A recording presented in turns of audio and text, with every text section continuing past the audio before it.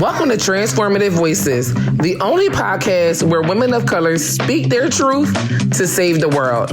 I'm your host, effortlessly Erika, and this is your sanctuary for unfiltered, raw wisdom.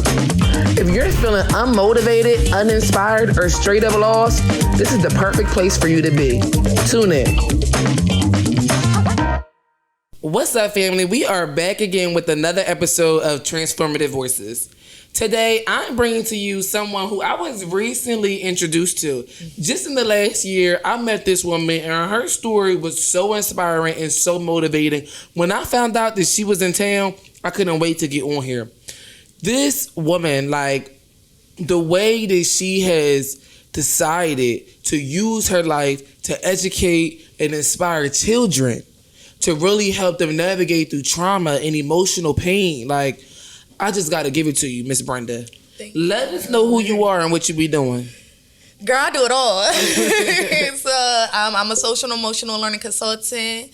I am the founder of We Care, a nonprofit organization that provides educational and recreational activities for youth. I have a clothing brand called Be Inspired, and I develop curriculums, workshops, programs, and presentations for school districts based around social and emotional learning and trauma-informed care. I love that. Tell us again what kind of consultant you are, and then break down what that means to you. So social and emotional learning means that a lot of times when we go into just the schools, the Juvenile Justice Commission, we want to push these kids, we want to push education on them, right? But also education starts with the mind, the mental health. A lot of times these kids don't know what coping is. They don't know what healing is. They don't know what forgiving is. You want them to learn English and math, but to be a productive member in society, they gotta know how to cope with certain things. Yeah. That's how mental health happens, depression. That's how drug abuse starts. You know, that's how they're trying to find acceptance in certain things because nobody ever taught them what coping was or what healing looked like or what truly forgiving someone looks like because they suppress things. Yeah. So I'm the person that goes in and I pull all of that out and I introduce them to what is really forgiving. We tell them these things, we say these words to them, but are we teaching them what they actually mean? So. Did you grow up in a household where this was the conversation? Absolutely not. No. So tell me about your childhood, because how did you get here from that? So I'll put it this way, just throughout the years of learning, there's 3 types of trauma. There's acute, chronic, and complex. So acute is you got an accident. That's a traumatic experience, right?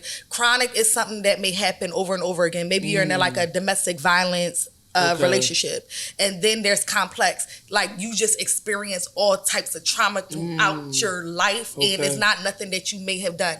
I, unfortunately, but fortunately, have been a product of that. I just, both of my parents were addicted to drugs. I grew up in abuse, physically abused, sexually abused. I'm sorry. Abandonment. Yeah, it's difficult. You know what I mean? It's hard. And when I was young, it was hard. Yeah. You know, not feeling unloved, abandonment issues. You know, I had a lot of freedom. You know, doing what I wanted to do. And then in turn, those things turn into unhealthy relationships, being in abusive relationships with men and all types of things. But, seeing a lot of things as a child that you really shouldn't see. So no, none of these things were introduced to me. And I didn't know what any of these things meant. So what was going on with your mom and dad? They both were addicted to drugs. They were both, they were both suffering from addiction. Yeah. And so were they the ones abusing you, putting their hands on you? Yeah, my father, he was physically abusive. Okay. But my story is a little different. My dad that I know is my dad is not my dad. But yeah. So it wasn't your biological dad that was putting his hands on you, and where was he at? I don't know. You don't know? I don't know to this day. I don't know where my dad is at either. But my dad is my dad, though. But my dad is my dad. Okay, that's dope. And did y'all find ways to work through that? As an adult, So it took my grandma passing away, that thing Big Mama leave, all the secrets come out type of thing. It took my grandmother passing away, and what happened was my grandmother was on her deathbed, and she literally was you not gonna get nowhere in life unless you forgive your mother and father. I was an angry young adult. I was an angry teenager. I was 23 when my grandmother passed away. And like I always tell people, for me, it was God, and then there was my grandmother. You know what I'm saying?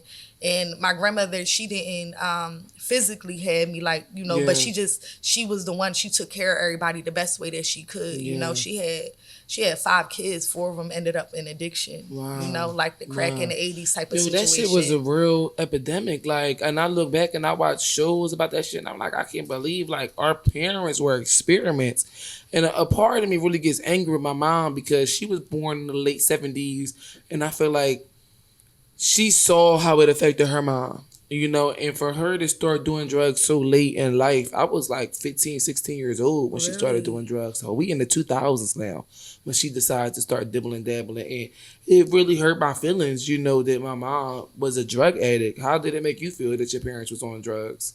It hurt. It was, you know, you go to other people's households and stuff, and they have some type of normalcy. Maybe they don't have both of their parents, but, you know, their mom worked and she came home, or, you know, she was loving and nurturing. All I known all my life was my mom on drugs. You know what I'm saying? Right.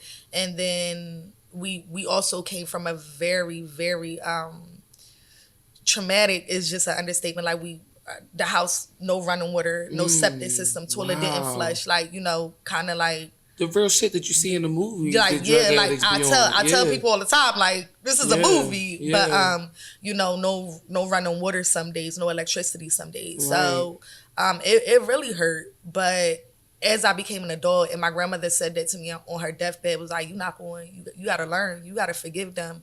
And when I started to tap really into what forgiveness was, I started to see my mother in another light, because I didn't know my mother's story. Yeah. And then you got to find empathy when it comes to forgiving, right? Because hurt people. Yeah. Like, we hear that all the time. And when I started to learn about my mother's story, it just made me empathize with her in another light. And then I left the expectation of wanting her to actually be a mother. Like, because I feel like I yearned for that for so many years.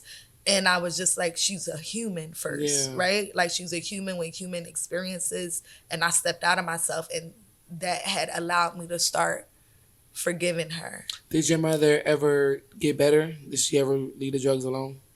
She got sick. Okay. So she got sick to the point that, like, the doctors had, like, she's currently sick. Yeah, she's currently sick. So for me, it's like, my mom is still on drugs to this day. She done had 3 more kids after me. She's never been in any of our lives. And I do empathize with her because I did read her journals. I do know that she went through a lot. But I've sent her to rehab, you know, and every year I've bought her a jacket. Every season I buy her sneakers, and we not getting nowhere, you know. And so I am still working towards fully forgiving her. You know, I feel like I've accepted who she is, but I haven't forgiven her for what she's doing to my siblings, even more than what she has done to me. So I want to know, like, what do you teach the kids, you know, specifically that helps them learn how to forgive? Because that's something that I still need myself. It's a forever journey. It's not something that happens overnight, and forgiving starts with acceptance first. And then when you could actually help a child understand that truly, I know it's so cliche when we say, like, forgiving somebody else is really for you. It's not for them. And I'll use, like, therapy as an example. I remember, like, I told my therapist, I said, I want to bring my mom to therapy. And she said, okay, well, before you do that, you do understand that you're bringing someone to therapy who has no idea what healing is or coping or forgiving, and this is your truth. Right. So when you start to speak your truth out loud, that's healing for you. And when you're speaking your truth to somebody else who may hurt you, also understanding that to them, that may not be their truth, because their mind capacity, it doesn't go that far. Like, I had to understand, I'm dealing with somebody who's on drugs. Right. They have substance abuse. Right. Like, not only that, they have mental health issues, and not only that, they may have forgotten a lot of things, and they may be under the influence, and they're continuously running from something. So it's just a broader understanding of just, like, the human mind. Like, wow, okay, she's a human. And deep down inside, we want our parents to pick us. Yeah. We want them to choose us. But we're also asking people to choose us who nobody ever may have chosen them. Right. You know, so it just really goes deep down to the understanding of like, your parent is a human, right? They wanted love too. And sometimes if nobody taught them how to love, they don't know how to properly love. But you have to understand it could stop with you. So it has to be bigger than you. I also teach my kids, do everything with love. Don't let this world harden your heart. Your experiences could truly harden who you are as an individual. Girl, I felt like I was on the edge of that. After that experience back in 2020, like it was over for me. I was just about to be like, fuck people as a whole. Right before that, right before I got pregnant with my son, right before COVID, I was going to church just willingly on my own. I had never done that my whole life. I didn't grow up going to church. And I might have sprinkled them, but I was going to church. I was starting a mentoring program for young ladies. I was mentoring 5 ladies of my own, like beautiful ladies. That's and I amazing. loved them and they were so kind. And I was hosting parties with a purpose and I was giving back. And when I made that mistake, I was so disappointed in myself that I just didn't even want to be like out in the world anymore. I had told myself, maybe I'll get a job, be a regular person, like people will forget about me. And I started to get angry thinking that would have headed through my life. And I don't really know like what did wake me up to tell me like getting mean from this ain't going to serve you, you know? Being mad about this forever is not going to serve you. Trying to be the victim or even being mad at yourself is not going to serve you. And now I feel like there are people like you in the world who are here to teach us this type of information. But we didn't have you 20 and 25 and 30 years ago, right? So where in the last 15 years of your life did you decide like, I need to start advocating for forgiveness, for mental health? How did that even come about? Honestly, I wouldn't even speak on mental health. At first, my mental health is something that I honestly recently just started speaking on, probably loudly within the past 2 years. Okay. And I've been battling with my mental health for at least 10 years, Okay. like knowingly, like diagnosed. Yeah. But I would say for me, I used to be in medical billing and coding, and I just remember being at the computer, and I was really, really good at it, and I was helping other people with their job, and I just felt like I was just there. I was like, I have no purpose. I don't feel like, and I remember asking God, and when my grandmother passed away, I definitely grew a closer relationship with God. I was going to church and everything like that, and I felt like I could hear him very clear. And he was like, well, what do you love? And I was like 22 with 6 God kids. I always loved kids. Right. And then everybody always wanted me to keep their kids. Yeah. And then it was like, well, what do you love? And then like, what are you known for? Everybody knew, like, if you needed it, I got you. Like, I'll go without to make sure somebody else have, because I always got it on the back in some way, somehow. So with that being said, literally, We Care came to my brain. And I was like, I just want to help kids that are in similar situations that I'm from. And from there, it just kind of snowballed. I made it. You know how some people, they get a business name and they kind of like, okay, write this down. Oh, that sounds bad. No, like We Care was always We Care. Yeah. Like We Care, do you. Yeah. Like, you know, and then it literally snowballed and I put in the work. I had no idea what business was. I had nobody really helping me. My cousin, she registered my business for me. Period. And, thank you, cousin. Thank you, cousin.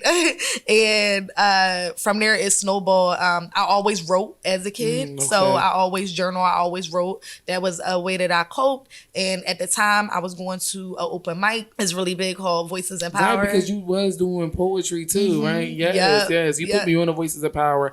I followed Voices in Power because of you. Oh, wow. And it was just because from our conversation, I was like, what was that she was talking about? I went and followed them and I was like, this was some moving shit.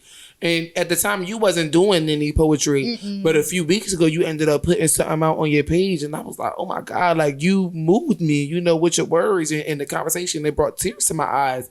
And I just felt like it was a full circle moment for me, for meeting you, because you were going through things that day that I met you. Yes. You came and you put on, you know, your best face that you could, but as we continued to talk to each other, we both was just being transparent because we both was going through shit. We was. And it kind of felt like our backs was getting put up against the wall. The bills was coming. The clients was not. Business was slow. And it just was like, where is the contracts? Where is the money? And we both was sprinkling God in there and saying, we know God's going to work something out. God's going to make something happen. And today, I found out that you coming to town. You fresh off the plane because you got hella contracts lined up. You on tour, about to go visit a bunch of different schools. So I want to know, like, past our conversation, how did you navigate over the last few months, like, with dealing with your own mental health issues and then life happening around you? Because I feel like that's one thing, like, it gets really undermined, right? We are mentally suffering and life is still happening. So you stressed out about some shit that already happened, but new shit is still happening every single day. How are you navigating through that? I'm still currently navigating, you know. I was in a car accident yesterday. Right. And Jesus I had to be Christ. here today. I'm so sorry that happened. I'm thankful that I'm okay. You know what I'm saying? I always wear my seatbelt. I did not have on my seatbelt. I always put on my seatbelt. And I was sitting here wondering why I ain't put on my seatbelt. I ain't put on my seatbelt because I had on a cream sweatsuit and I didn't want to get nothing on my cream sweatsuit and the school wasn't far from me. But just to piggyback off your question, life is still happening to me right now. I got into a car accident yesterday. I literally had my first workshop for some young ladies in Texas. I got into that car accident. That voice said, can you talk? Can you walk? Can you breathe? Is the other person okay? Okay. Get your car towed. You got somewhere to be. It's bigger than you. You got somewhere to be. And the girl that I'm currently mentoring, she was like, you good? You sure? You shouldn't be going like that, you know, because I am mentoring someone right now who's just looking to do the same thing that I do. And I was like, nah, I'm good. Like, I got somewhere to be. And it's so crazy now that the workshop happened. I'm like, I could have not imagined not going. Like, it was so transformative. So, no pun intended. Yeah, like it went beyond what I could have ever. They was in there crying and everything, I'm sure. Every young lady was in there crying. The staff was crying, and it was a release, and it was so amazing to the point they're like, when can we have you back? Wow. You know, so listening to that voice, having that obedience, and even for me, like December, I'm still here, God, I know, but I was about to be on my way up out of here, you know, because my mental health was just there. Yeah, it was in the pits because you feel like you are doing everything, you doing everything. People see the wins, but they don't see the losses that come with the wins. You know what I'm saying? And they don't see how long a motherfucker been holding on to that one little mustard seed of faith. Listen, I've been holding my fingers like this for years now. My fingers is hurting. I'm about to let this bitch go. Like, they really don't know how hard it be. It really don't. Or how you just getting, you know what I mean? And within the past 2 years, I've become very transparent online. I've been telling all my business because you know what? I'm not living with shame. I'm not living with doubt. I'm not letting nobody make me feel, you know, like crazy for thinking it's like, it is what it is. This is my life right now, because at the end of the day, if I'm going to show you the wins, let me show you the losses, because God told me to show you these things because he's using me as one of his shepherds. You got to know that if I made it through it, you can make it through it. And this is why you my girl, because I feel like I'm looking in the mirror. Like, I feel like I'm saying, this is exactly what I be saying. This is exactly how I feel. Like, and I know that is my purpose because I get passionate about it. I thought that I was supposed to be a brand strategist. You know, I learned a lot about marketing. That turned into me understanding that marketing is really a segment of branding. And then I'm on the phone with clients, people paying me. You know, people want from paying me $50 to $100 to $200. I'm like, what the fuck? Y'all keep paying me to get up on this phone. And y'all saying y'all want to learn about branding. But when we get on here, you crying about your baby dad. We talking about your mom doubting you. People telling you to go back to school. You don't want to do. We talking about everything but else, that. Yeah. I'm realizing that I'm getting on this phone and I'm motivating people. I'm pushing them. I'm inspiring them. And I thought back on times that I was happy and did feel good.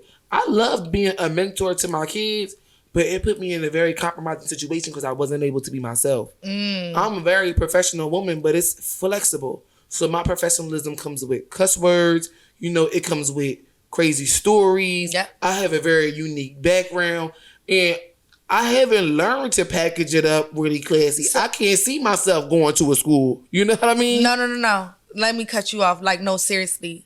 That is one reason I've been drawn to you. And Justin knows me. Like, I'm not saying that like I'm the most inspirational person I know. Like there's people that inspire me, but I'm not like drawn to. And I'm like, she's so damn authentic. Like she is something about her. You know what I mean? And we, had a couple DM conversations or whatever the case may be. But more than you know it, that's what the schools need. Girl, I almost passed out when Justin said you was just getting off of playing her. I was like, get her here as fast as you can. She could be the first person because. Not to be like that, but again, I relate to you where I'm not easily inspired by people. Yeah. I've seen the best of the best not be that great. Because they be out here putting on the front. This is my one thing about social media. They sit here and they put this front on that this is who they is, but in real life, that's not who you are. I got a girl who you would think that she was a church mouse, sweetest girl ever, was just using somebody's page to inbox somebody else about me and telling them that they need to be dragging me on one of them, one of them T pages type of thing. She's supposed to be a sweet girl. She's supposed to be a woman of God. She's supposed to be a girl's girl. I don't even know why the fuck you thinking about me and wanting to bring me down that way. So I learned the hard way, that people ain't really who they say they are. But I meet people like you who immediately, an hour in, we crying. We trying to figure it out. We giving each other advice. We pouring into each other. I think we sat in that coffee shop for hours. We talked on the phone after that. We just kept building. And all we really had for these last couple months was to support each other through social media. I do see you being on social media, being yourself, pushing for your brand. But I also know that it's hard to be on social media because a lot of stuff can be invalidating, like you think that you're putting out your best piece of work, but it's not getting the best response. So I want to know, how do you deal with them type of situations? So I just had this conversation. Actually, I had this conversation with God. God was like, are you posting for who follows you or are you posting for who you follow? Yes. And I said, well, God, I post for who I follow because ultimately I'm doing your work. So he said, well, post for who you follow and the rest won't come.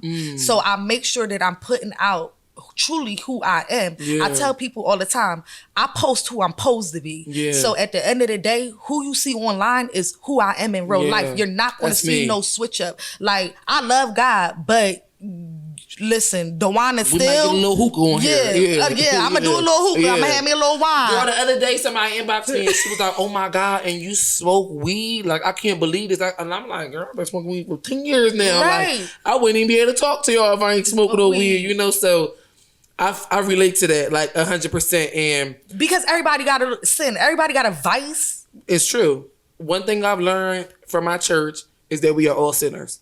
Like, my church, St. John's Baptist Church out East Camden, shout out to Pastor Townsend because he's changing my life. He always preaches that nobody is perfect and we are all sinners and that we better shut our mouths and stop talking about other people's stuff and worry about our own and get closer to Jesus and be more like him. He always brings us back to that point. And I feel like that is something that you and I are working really hard to do. Not judge other people, worry about ourselves, fix our own issues. But it gets hard, especially when you do want to share this stuff on social media with people and people who know you gotta read this shit. Like, my friends gotta read these posts. My grandma gotta read this post. So I'm talking about the shit she used to do to me. So how do you deal with that part? Like, your actual inner circle seeing you grow through social media. Do anybody ever come to you and being like, I seen you post this, like, is you all right? Oh yeah, absolutely. Like, I posted yesterday because I couldn't believe it. Like, y'all, I just got into a car accident on my way to my, like, I worked hard to break down the walls in Texas. Yes, you did. It ain't hard being a black woman in Texas. It's hard being a woman. It's hard being black. Baby. It's even harder being a black woman in Texas. Yes. Baby. Yes. And not only that, the school, they don't play. It's like the United States government. So I had posted, like, I was just in a car accident and I had a workshop and I still went. So I had a lot of people reaching out to me. And when I got back from the workshop, I was coming down. I'm still off of this adrenaline. Got in an accident, went to a powerful workshop. And then I just broke down and I cried because I am tired. I'm exhausted. The past 2 years, yes, it's been exhausting. From assistants to business partners to apartment flooded. Like, just one thing after another, after another. But I literally sat there and was like, I gotta be grateful. Yeah. I gotta be grateful because in order for you to see the other side, you gotta go through it. Yeah. There's an other side to this. There's an other side to this. Like, if I would have stayed in bed yesterday, I was gonna move my flight. I wouldn't be here with you right now.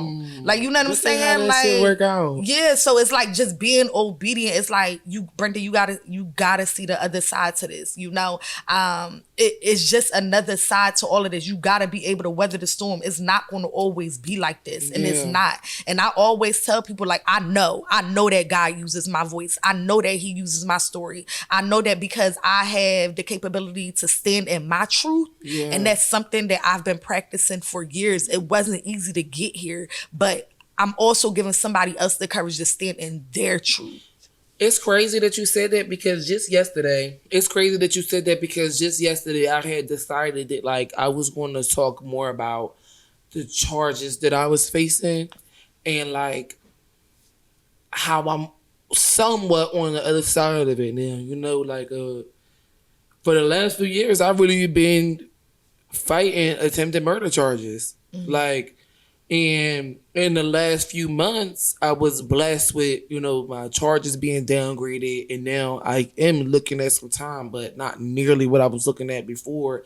And I've been so scared, you know, to share and talk about it. But in my mind, I thought to myself, like, I'm so inspired by somebody like Sarah Jakes Roberts, you know, who was smashing her car into people before.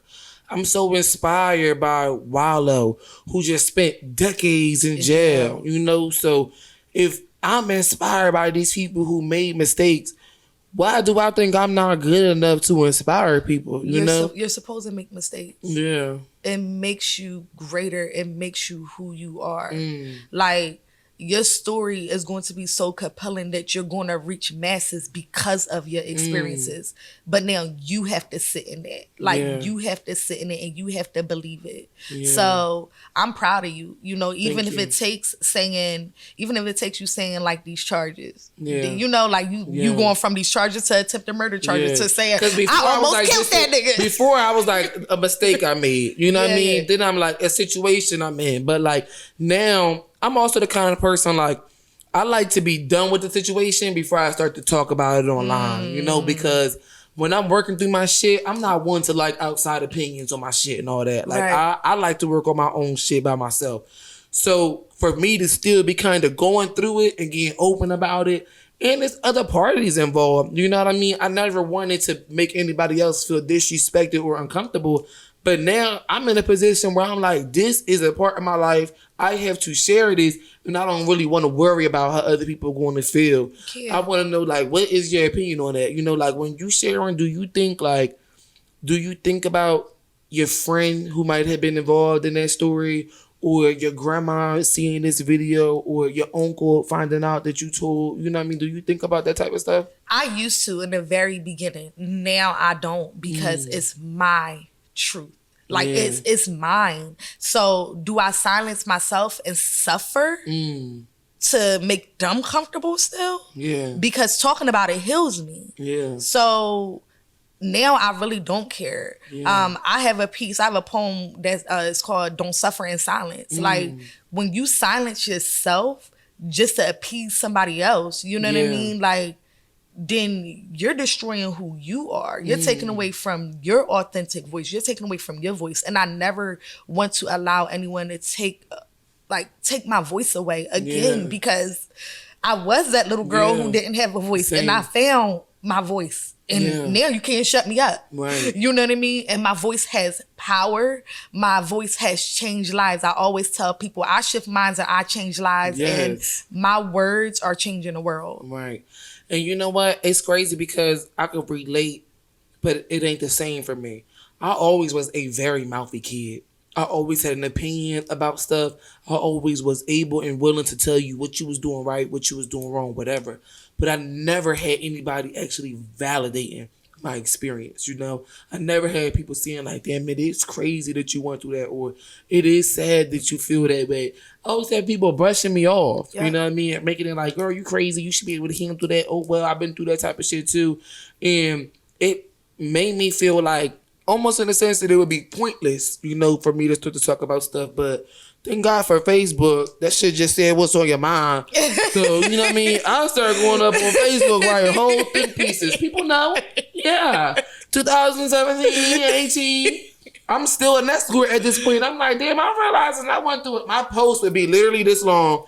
And I would start off with, I think it's important for people to know that others is going through shit. Yeah. I'm going to tell y'all what I went through so we can normalize what you went through too. And at the time, one thing that I had really worked through was like my relationship with my grandparents. Dealt with a lot of racism, just dealt with a lot of like weird society norms because they were elderly Puerto Ricans and I was a young black girl and they was fresh in America. So it was a lot of weird dynamics. I talked a lot about that on social media, only on Facebook.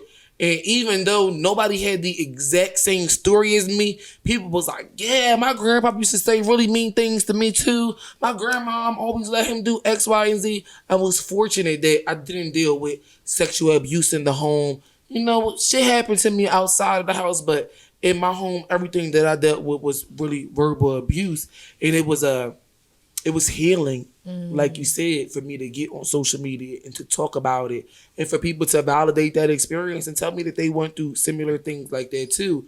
But now I teeter a lot where I'm asking myself, am I living in my ego? Am I sharing this with the purpose? Does this matter? And yesterday when I decided to share, I was like, people think being positive is a joke. And it was a stab at a few people. I ain't gonna lie. I see a lot of people make a lot of jokes about me being a fake positive person. And I wanted to stab at that. I wanted to say, like, y'all think that this positivity shit is a joke, but it's really actually changing my life. Because I was facing attempted murder charges and I'm not facing that no more. And that's what positivity, can do for you. What it breeds. So I want to know, for me, that is one of the most impactful moments, like, the positivity laid on my life. I want to know from you, what is like one of the most impactful moments that positivity led you to? That is one of the most impactful moments that positivity led me to. Honestly, I think that when I did my first workshop, because it showed me my own ability. And then I was able to affirm myself and my own superpower. So I didn't need outside voices to affirm me because God was showing me what was possible. So now if you continue to work on this, you could go far. Now you see what you could do. Now I'm attracting people who, when I do have my times where I'm not believing in myself, because it is important to have people around you that will affirm you when you're struggling. So now we're human. So now attracting those people who are affirming me when I'm not having such a good day. Like just getting in a car accident and then going to kill a workshop and the girl I'm mentoring, she like, yo, I ain't never seen nobody do nothing like that. You know what I'm saying? Like, we still need that. So I feel like being positive and believing in myself enough to just show up and do something and then being like, damn, I'm really mind blowing. I'm mind blowing. Like seeing me, and I'm really starting to see me in my season. I'm starting to really see my superpower, but throughout the years, like, just me showing up for me. You actually remind me of a quote that I seen not too long ago, and I brought it up on another episode where a woman was talking about, like, faking it till you make it could basically get you nowhere if you're trying to fake and do some bullshit that ain't for you. But faking it till you make it can also change your life. If you show up and be the person who you want to become, then your life can change for the better for sure. And I feel like that is something that you and I, are both actively doing. We showing up as our best self and just, waiting for the change to happen behind us instead of waiting for things to happen in front of us. But that could be a tough thing to do. You know what I mean? Difficult. It is a tough thing to do. Like, some days you ain't got money to pay the bills and the bills is due 3 days from now. What are you doing in those 3 days to manifest and make the bill money come that's due 3 days from now? Let me tell you something. I went through a drought within the past 2 years. I ain't have like contracts. I'm in a new state. I still got up. I cried in my car a lot. I was angry some days about some things that people did to me, Yeah. but I got up because I believed in my own abilities. I always tell people when I close my eyes, I don't see myself doing nothing else, but I know that I'm good at this. Right. This is what I know for sure, and that nobody could take away from me. Right. This. And I got up and I did it. Yeah. Did it take me a year to break the glass ceiling? And I had to fly to Jersey to get contracts, Baltimore, wherever, just to get contracts because I couldn't figure out Texas. Right. But God kept me. He kept me financially the entire time. Was I a little, questioning things, a little worried? But something that I've learned in this season, and this is for anybody out there, there's no purpose without pain. There's a lot of pain that come with this purpose stuff. There's a lot of pain that comes with it. So it's just honestly still, once again, believing in yourself enough to continue to show up. I know what I'm good at. Right. You know what you're good at. Right. So if you utilize that, shit from me. and if no matter how long it takes, something is bound to happen. So you got to keep at it. That's real. I feel like purpose is something that just a lot of people be trying to find. I don't believe that it's something to be found out in the world. I believe that it's something that you create within yourself.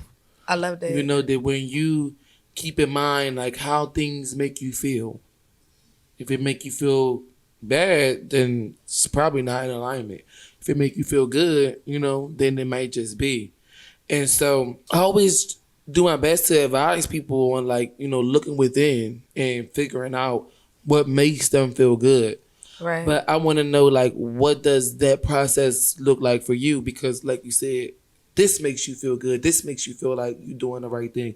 What does that look like for you? Because I might cry when I get happy and it feels good for me, but you might go treat yourself to something nice. You know what I mean? So I do make sure that in this season, especially, I still am kind to myself and I offer myself grace when I don't feel like I'm doing such a great job. And I'll continue to use yesterday as an example. It's I just got in an accident and I have this to do.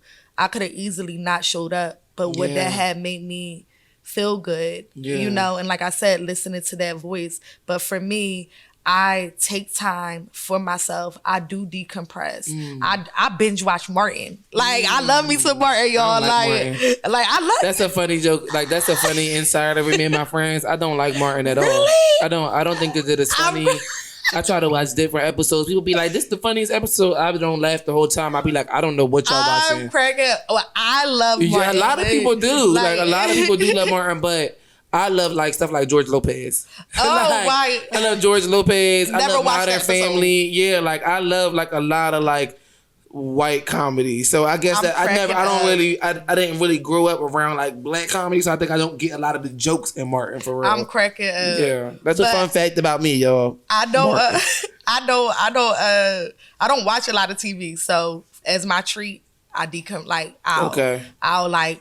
watch. Yeah. I have to take my mind because it's always constantly going. So it's what's going to take your mind off of your mind not constantly going. So I do find those type of distractions. I love that. Like I said, even since I've been doing this school tour with speaking in schools and stuff, I made sure I got meetings set up, I got things to do, but I have to focus on one thing. Make time for you. Yep. One thing at a time. I cannot overwhelm myself because I do have anxiety. You know what I mean? I'll be seeing stuff. I'll be thinking damn, I got ADHD now. I definitely got it. Fucking doctors keep failing me.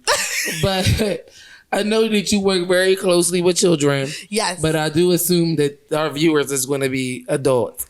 I want you to give our adults some words of wisdom, maybe around forgiveness, maybe around self-love, whatever is really on your heart to share with the people that you feel like people need to hear. I think that people really need to hear because even as adults, a lot of us are still childlike. It gets greater later. And you do have to forgive in order to move forward. As adults, we're raising kids. We have to stop raising kids who have to recover from their childhood. We have to, but it starts with us. And one thing that I'm grateful with our generation, that a lot of us are going to therapy. A lot of us are finding coaches and, doing some life work. If you want to become the best version of you, that means that it's work and you have to dig deep. Facts. Deep inside yourself. And you got to be honest with yourself, because the thing about it is you might be out here, you know, fooling everybody else, but you fooling you. Yeah, like you still got to go home with yourself at night. You got to go home with yourself at night. So even as adults, like, you got to be able to take a look at yourself in the mirror. But I want to tell anybody out there, adults, kids, it gets greater later.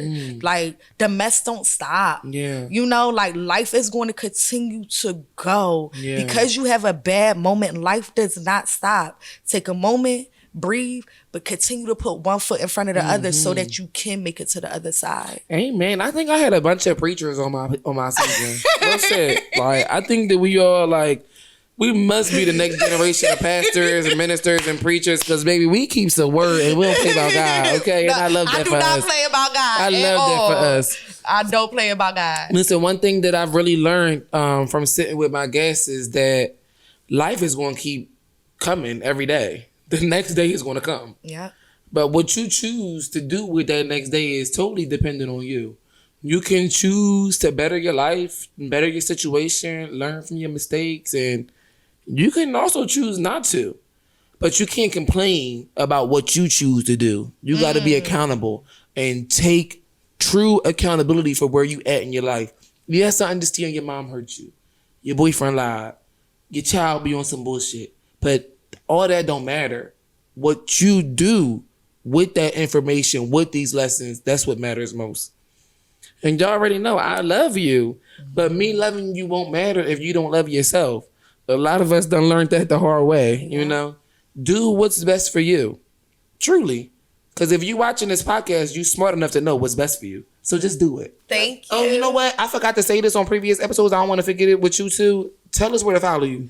Oh, you can follow me at on Instagram, Miss Week Hair, MSWECARE. MSWECARE. Period. And make sure y'all go cop some merch. Yes. Love y'all.